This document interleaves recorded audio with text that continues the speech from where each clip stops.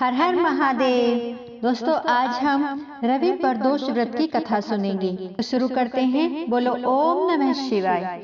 एक समय सर्व प्राणियों के हितार्थ परम पावन भगीरथी के तट पर ऋषि समाज द्वारा विशाल गोष्ठी का आयोजन किया गया। इस सभा में व्यास जी के परम शिष्य पूर्णावेत्ता सूत जी महाराज हरि कीर्तन करते हुए पधारे।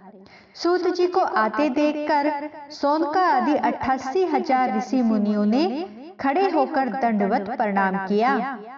महाज्ञानी सूत जी ने भक्ति भाव से ऋषियों को हृदय से लगाया तथा आशीर्वाद दिया। विद्वान ऋषिगण और सब शिष्य आसनों पर विराजमान हो गए।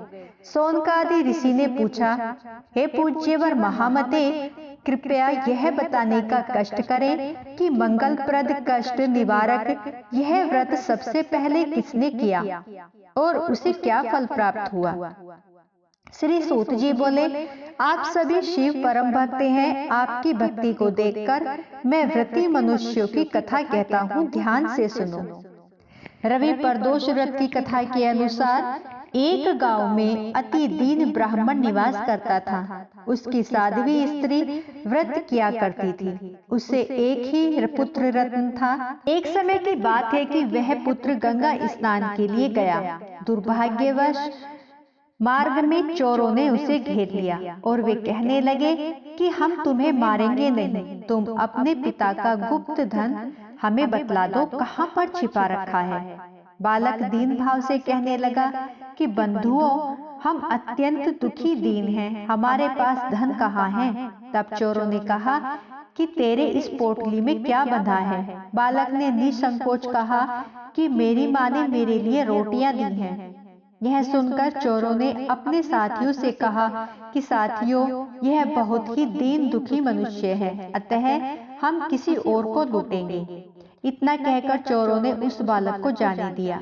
बालक वहां से चलते हुए एक नगर में पहुंचा। नगर के पास एक बरगद का पेड़ था। वह बालक उसी बरगद के वृक्ष की छाया में सो गया। उसी समय नगर के सिपाही चोरों को खोजते हुए उस बरगद के वृक्ष के पास पहुंचे और बालक को चोर समझकर बंदी बना राजा के पास ले गए। राजा ने उसे कारावास में बंद करने का आदेश दिया। ब्राह्मणी का लड़का जब घर नहीं लौटा तब उसे अपने पुत्र की बड़ी चिंता हुई। अगले दिन प्रदोष व्रत था। ब्राह्मणी ने प्रदोष व्रत किया और भगवान शंकर से मन ही मन अपने पुत्र की कुशलता की प्रार्थना करने लगी। भगवान शंकर ने उस ब्राह्मणी की प्रार्थना स्वीकार कर ली।